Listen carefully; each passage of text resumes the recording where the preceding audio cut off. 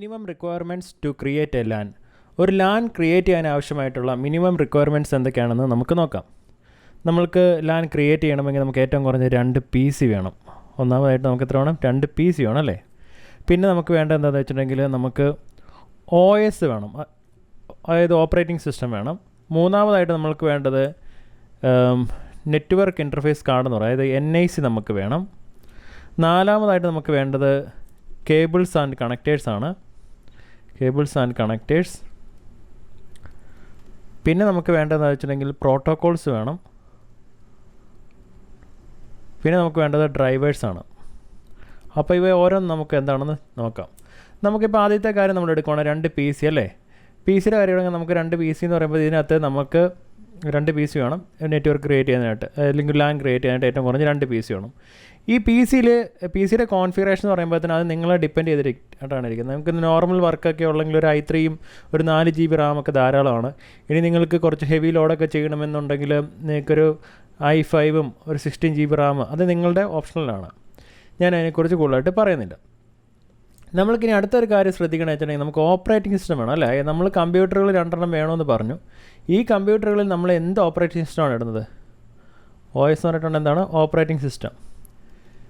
Operating system നമ്മൾക്ക് പല കമ്പനികളുടെ ഓപ്പറേറ്റിംഗ് സിസ്റ്റത്തെക്കുറിച്ച് നമുക്കറിയാം അല്ലേ. ഏതൊക്കെ കമ്പനികളെക്കുറിച്ചാണ് നിങ്ങൾക്ക് അറിയാവുന്നത്? നിങ്ങൾക്ക് പ്രധാനമായിട്ടും മൈക്രോസോഫ്റ്റിനെ കുറിച്ച് അറിയാം അല്ലേ. മൈക്രോസോഫ്റ്റ് OSനെ കുറിച്ച് അറിയാം, മൈക്രോസോഫ്റ്റിൻ്റെ OS അറിയാം. അതുപോലെ തന്നെ ലിനക്സ് ബേസ് ചെയ്തിട്ടുള്ള ഓപ്പറേറ്റിംഗ് സിസ്റ്റത്തെക്കുറിച്ച് അറിയാം, ആപ്പിളിൻ്റെ OSനെ കുറിച്ച് അറിയാം. അപ്പോൾ ഇങ്ങനെ പല കമ്പനികളും ഉണ്ട്. നമ്മൾ പ്രധാനമായിട്ടും നോക്കാൻ പോകുന്നത് ഇതിനെക്കുറിച്ചാണെന്ന് വെച്ചിട്ടുണ്ടെങ്കിൽ മൈക്രോസോഫ്റ്റിൻ്റെ ഓപ്പറേറ്റിംഗ് സിസ്റ്റത്തെക്കുറിച്ചാണ് നമ്മൾ പ്രധാനമായിട്ട് ഇവിടെ നോക്കാനായിട്ട് പോകുന്നത്. അപ്പോൾ മൈക്രോസോഫ്റ്റിൻ്റെ ഓപ്പറേറ്റിംഗ് സിസ്റ്റത്തിനെ നമ്മൾക്ക് 2 തരംതിരിക്കാനായിട്ട് സാധിക്കുന്നതാണ്. ഓക്കെ, പ്രധാനമായിട്ട് നമുക്ക് 2 തരംതിരിക്കാനായിട്ട് സാധിക്കും മൈക്രോസോഫ്റ്റിൻ്റെ ഓപ്പറേഷൻ സിസ്റ്റത്തിന്. എന്തൊക്കെയായിട്ടാണ്? ഡോസ് എന്ന് വിളിക്കാനായിട്ട് പറ്റും, അതുപോലെ തന്നെ നോസ് എന്ന് വിളിക്കാനായിട്ട് സാധിക്കുന്നതാണ്. Dose, nose. ഡോസ് എന്ന് പറഞ്ഞിട്ടുണ്ടെങ്കിൽ അതിൻ്റെ ഉദ്ദേശം എന്ന് പറയുന്നത്, അതിൻ്റെ ഫുൾ ഫോം എന്ന് പറയുന്നത് ഡെസ്ക് ടോപ്പ് ഓപ്പറേറ്റിംഗ് സിസ്റ്റം എന്നാണ്. നോസ് എന്ന് പറഞ്ഞിട്ടുണ്ടെങ്കിൽ അതിൻ്റെ full form network operating system എന്നാണ്. അതായത് നമ്മളിപ്പോൾ ഒരു കമ്പനി എടുക്കുകയാണെങ്കിൽ അവിടെ സെർവർ ഉണ്ടാവും, അതുപോലെ തന്നെ സെർവറുമായിട്ട് കണക്ട് ചെയ്തിട്ട് ക്ലയൻറ്റ് മെഷീൻസ് ഉണ്ടാവും. ഓക്കെ, സെർവർ ഉണ്ടാവും, ക്ലയൻറ്റ്സ് ഉണ്ടാവും. ഇനി നമ്മൾ ആദ്യം തന്നെ നമുക്കിത് നോക്കിയിട്ട് പോകും. അതായത് ഡെസ്ക്ടോപ്പ് ഓപ്പറേറ്റിംഗ് സിസ്റ്റം എന്ന് പറയുമ്പോഴത്തേനും നമ്മളിപ്പോൾ ഒരു ലാപ്ടോപ്പൊക്കെ നമ്മൾ പുതുതായിട്ട് മേടിക്കുമ്പോൾ അതിൻ്റെ കൂടെ നമ്മൾക്ക് ഡീഫോൾട്ടായിട്ട് ഹോം എഡിഷൻ കാറ്റഗറിയിൽ വരുന്ന OSകളാണ് കിട്ടുന്നത്. എക്സാമ്പിളായിട്ട് പറയുകയാണെങ്കിൽ വിൻഡോസ് 10 ഹോം എഡിഷൻ, അതുപോലെ തന്നെ വിൻഡോസ് 8 ഹോം എഡിഷൻ, ഇതൊക്കെ ഡെസ്ക്ടോപ്പ് ഓപ്പറേറ്റിംഗ് സിസ്റ്റം കാറ്റഗറിയിൽ വരുന്നതാണ്. ഇനി നെറ്റ്വർക്ക് ഓപ്പറേറ്റിംഗ് സിസ്റ്റത്തെക്കുറിച്ച് നോക്കുമ്പോൾ നമ്മൾക്ക് ഈ നെറ്റ്വർക്ക് ഓപ്പറേറ്റിംഗ് സിസ്റ്റത്തിനെ 2 തരംതിരിക്കാനായിട്ട് സാധിക്കുന്നതാണ്. സെർവർ OS എന്നും അതുപോലെ തന്നെ ക്ലയൻറ്റ് OS എന്നും. ഈ സെർവർ OSകൾ നമ്മളുടെ നോർമൽ കമ്പ്യൂട്ടറിനേക്കാളും പവർ കൂടിയ, അതായത് ഹാർഡ്വെയർ കപ്പാസിറ്റി കൂടിയ സെർവർ മെഷീനുകളിൽ നമ്മൾ സെർവർ OS ആണ് ഇടേണ്ടത്. ക്ലയൻറ്റ് OS എന്ന് പറയുമ്പോഴത്തേനും നമ്മൾക്ക് ക്ലയൻറ്റ് OS നമ്മുടെ അതിൻ്റെ അണ്ടറിൽ വരുന്ന, അല്ലെങ്കിൽ ആ സെർവറുമായിട്ട് ജോയിൻ ചെയ്തിരിക്കുന്ന മെഷീനിലൊക്കെ നമ്മൾ ക്ലയൻറ്റ് OS ആണ് ഇടേണ്ടത്. അപ്പോൾ സെർവർ OSനെ കുറിച്ചും ക്ലയൻറ്റ് OSനെ കുറിച്ചും നമുക്ക് നോക്കാം. ഈ നമ്മൾക്ക് പ്രധാനമായിട്ടും 3 തരത്തിലുള്ള ഓപ്പറേറ്റിംഗ് സിസ്റ്റംസ് ഉണ്ട്. ഇപ്പം നമുക്ക് ഡീഫോൾട്ടായിട്ട് നോക്കുകയാണെങ്കിൽ നമുക്ക് ഹോം എഡിഷനിൽ പെട്ടതുണ്ടല്ലേ. ഹോം എഡിഷനിലുള്ള ഓപ്പറേറ്റിംഗ് സിസ്റ്റം ഉണ്ട്. ഇനി ഇത് കൂടാതെ കുറച്ചുകൂടെ ഫീച്ചേഴ്സ്, അതായത് നെറ്റ്വർക്ക് ഫീച്ചേഴ്സും സെക്യൂരിറ്റി ഫീച്ചേഴ്സും കൂടിയിട്ടുള്ള പ്രൊഫഷണൽ എഡിഷൻ ഉണ്ട്. പ്രൊഫഷണൽ എഡിഷൻ ഉണ്ട്. അതായത് വിൻഡോസ് 10 പ്രൊഫഷണൽ, അല്ലെങ്കിൽ വിൻഡോസ് 8 പ്രൊഫഷണൽ, വിൻഡോസ് 7 പ്രൊഫഷണൽ, അങ്ങനെ കുറേ നമുക്കുണ്ട്. ഇനി വേറൊരു കാറ്റഗറിയുടെ ഉണ്ട്. അതായത് നമ്മൾക്ക് എല്ലാവിധ ഫീച്ചേഴ്സും കൂടിയിട്ടുള്ളതിന് നമുക്ക് എൻ്റർപ്രൈസ് എന്ന് വിളിക്കാനായിട്ട് സാധിക്കും. എൻ്റർപ്രൈസ് എഡിഷൻ എന്ന് വിളിക്കാനായിട്ട് സാധിക്കുന്നതാണ്. അപ്പോൾ നമ്മൾ കമ്പനികളിൽ യൂസ് ചെയ്യുമ്പോൾ നമ്മൾ കമ്പനികളിലെ കമ്പ്യൂട്ടറുകളിൽ അതായത് സെർവറുമായിട്ട് ആക്റ്റീവ് ഡയറക്ടറിയായിട്ടൊക്കെ ബന്ധിപ്പിക്കുന്ന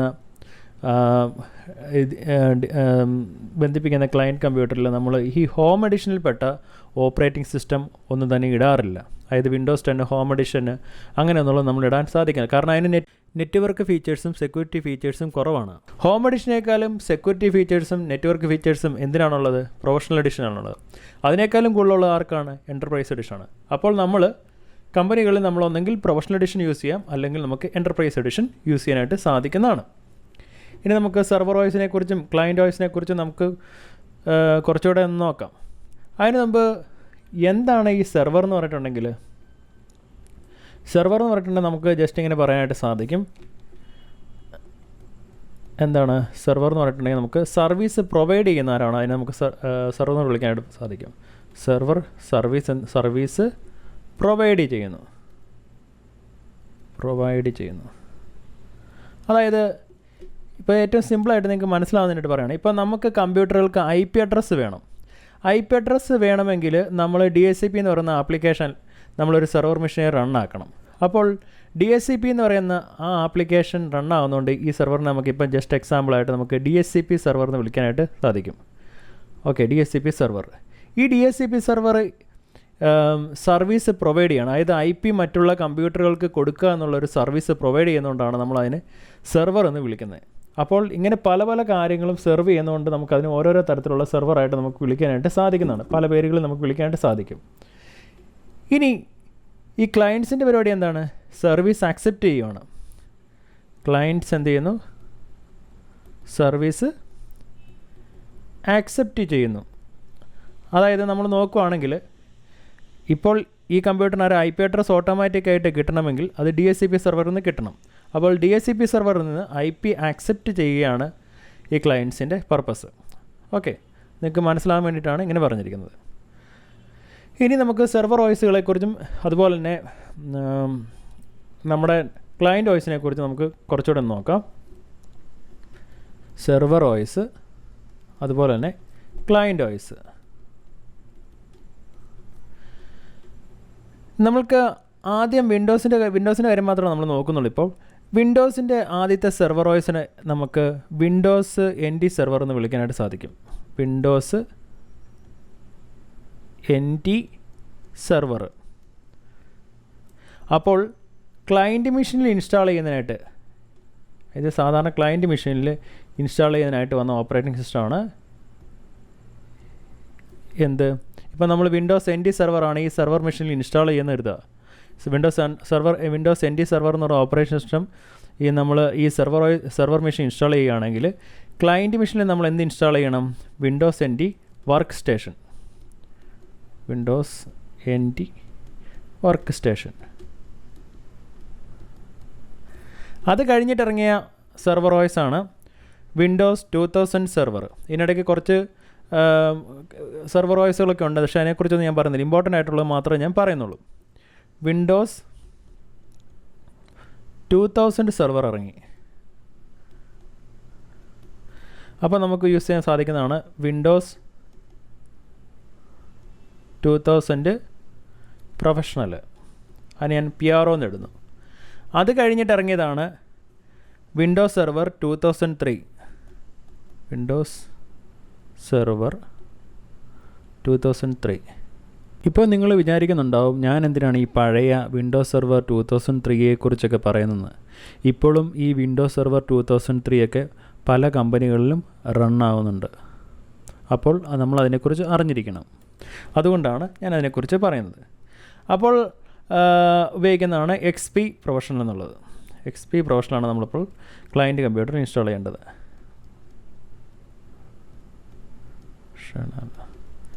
അത് കഴിഞ്ഞിട്ട് ഇറങ്ങിയതാണ് എന്ത്?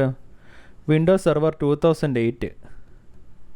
വിൻഡോസ് സെർവർ 2008 ഇറങ്ങിക്കഴിഞ്ഞപ്പോൾ നമുക്ക് ഒന്നെങ്കിൽ പ്രൊഫഷണൽ എഡിഷൻ ഇൻസ്റ്റാൾ ചെയ്യാം. അതിൻ്റെ ക്ലയൻറ്റ് മെഷീനിൽ നമുക്ക് എന്ത് ഇൻസ്റ്റാൾ ചെയ്യാൻ പറ്റും? അതിൻ്റെ പ്രൊഫഷണൽ എഡിഷൻ നമുക്ക് ഇൻസ്റ്റാൾ ചെയ്യാനായിട്ട് സാധിക്കും. അതായത് വിൻഡോസ്